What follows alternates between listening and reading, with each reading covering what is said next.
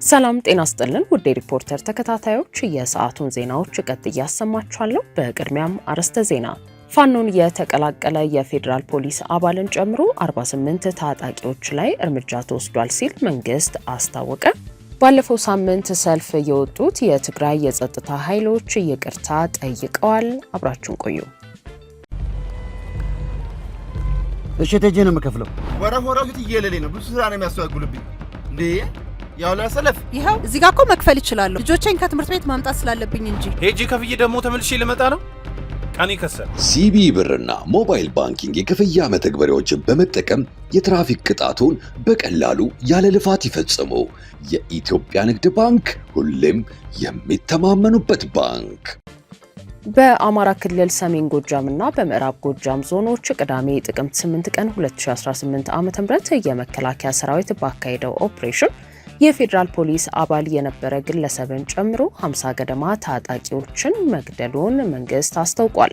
መንግስት ጽንፈኛ ብሎ የሚጠራውን የፋኖ ኃይል ከባህር ዳር ዙሪያ ወረዳ ዳና ማርያም ቀበሌ ለማጽዳት የሀገር መከላከያ ሰራዊት ምስራቅ እዝ ባካሄደው ዘመቻ ፋኖን የተቀላቀለ አንድ የፌዴራል ፖሊስ አባልን ጨምሮ 17 የቡድኑ አባላት መገደላቸው ተገልጿል። በዚህ ጽንፈኞችን የማጽዳት ስራም የፌዴራል ፖሊስ አባል የነበረው የፍቃዱ ቀለመወርቅ የተባለው ግለሰብ መንግስት ጽንፈኛ ለሚለው ቡድን በደና ማርያም ሻምበል የዘመቻ ኃላፊ ሆኖ እሱን ጨምሮ ለጽንፈኞች ስምሪት በመስጠት የሚንቀሳቀሱ የተባሉት ሚኒሊክ ሙላት፣ አንዱ አምላክ ማረልኝ፣ በቀለ ጥጋቡ፣ አለልኝ ችሎት፣ የጌትነት ካሳ፣ እሱ ያውቃል አቤ ጥጋቡ አቢታና ጌታውን ካሳሁን ከጥቅም ውጪ ተደርገዋል ሲል ሰራዊቱ አስታውቋል። የመከላከያ ሰራዊት የምስራቅ እዝ በሰሜንና ምዕራብ ጎጃም ዞኖች ጽንፈኞችን ለማጽዳት ተመሳሳይ ዘመቻ እያካሄደ መሆኑ የተጠቀሰ ሲሆን በዚህም በምዕራብ ጎጃም ዞን ወንበርማ ወረዳ ቁጭ ቀበሌ ላይ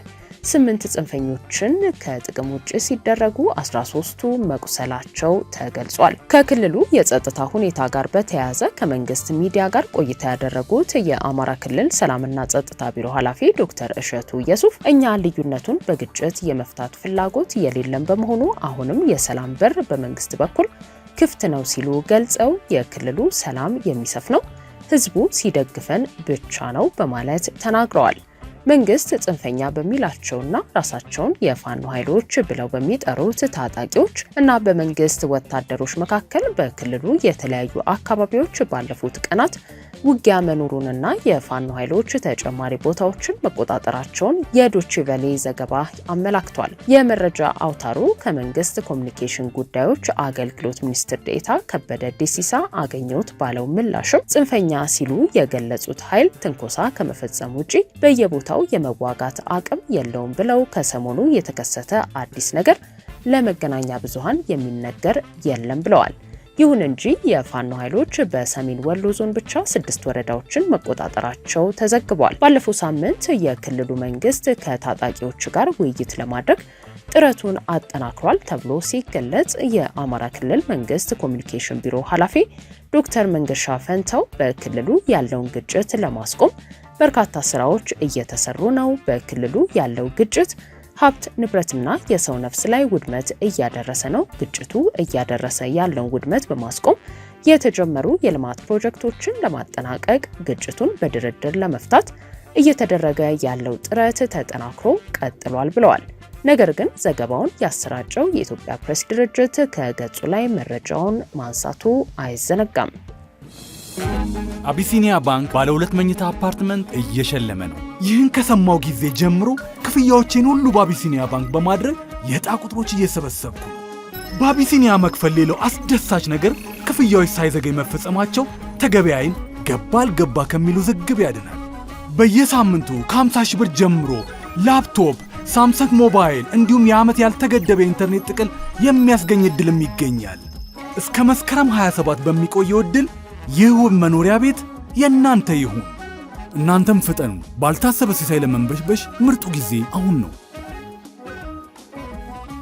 አቢሲኒያ የሁሉም ምርጫ። ባለፈው ሳምንት ለተከታታይ ቀናት ሰልፍ የወጡት የትግራይ የጸጥታ ኃይሎች ይቅርታ ጠየቁ።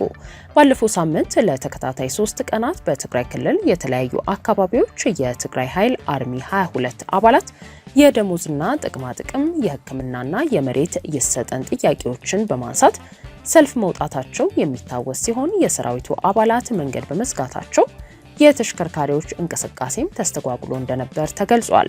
ሁኔታውን በሚመለከት የጋራ መግለጫ የሰጡት የአርሚ 22 ተወካዮች ሰራዊቱ ጥያቄዎቹን ተቋማዊ መዋቅርን ተከትሎ ማቅረብ የነበረበት ቢሆንም ሰልፍ ከመውጣት በተጨማሪ መንገድ በመዝጋት ወታደራዊ ስነ ስርዓትን ያልተከተለ ተግባር የፈጸሙ አባላቱን ኮንኗል ብለዋል። የሰራዊቱ ጥያቄ ተገቢነት ያለው ቢሆንም ጥያቄው የቀረበበት መንገድ ግን ተገቢ እንዳልነበር በመጥቀስ ጥያቄዎቹ በቀረቡበት ወቅት ሂደቱ ወታደራዊ ስነ ስርዓትን ያልተከተሉ ናቸው ያሏቸውን ጉዳዮች መገምገማቸውንም አስረድተዋል። መንገድ በመዘጋቱ ኢኮኖሚያዊ፣ ማህበራዊና ፖለቲካዊ ጉዳቶችን ማድረሱን የገለጹት የሰራዊቱ ተወካዮች የተደረገው ሰልፍ ተገቢና ትክክለኛ ጥያቄ ያነገበ ቢሆንም ሰልፍ በመውጣት ለመግለጽ መሞከሩ አደገኛ አካሄድ ነው በማለት ይቅርታም ጠይቀዋል። መሰል አካሄድ እንዳይደገም ከውሳኔ መደረሱንም አክለዋል። የሰራዊቱን ጥያቄዎች ለግል ዓላማቸው ለመዋል የሚንቀሳቀሱ ኃይሎች አጀንዳ አግኝተዋል ያሉት ተወካዮቹ ለጠላት ክፍተት ባለመስጠት የህዝቡን ህልውና ለማስጠበቅም ከውሳኔ ተደርሷል ብለዋል። ጥያቄዎቹ ግን ምላሽ እስከሚያገኙ ድረስ ህጋዊ አግባብን ተከትለው መቅረባቸውን እንደሚቀጥሉ ነው የጠቆሙት። በጸጥታ ኃይሉ አዛዦች ላይ የተከፈተውን የስም ማጥፋት ዘመቻ እንደሚቃወሙ ገልጸው የከፈልነውን መስዋዕትነት የሚመጥን ጥቅማጥቅም ይከበርልን ሲሉም ጠይቀዋል።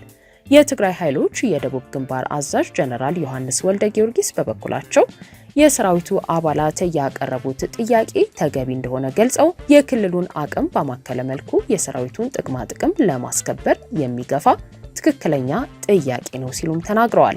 በጊዜ መሰራት ሲገባው ያልተሰራ ስራ እንዳለ አመላካች ሁኔታ መፈጠሩን በመጥቀስም የደሞዝ አከፋፈል ሁኔታ በሌላው ወታደራዊ አሰራር ማዕረግን ያማከለ ነው፣ እዚህ ግን በኃላፊነት ደረጃ የሚሰጥ ነው።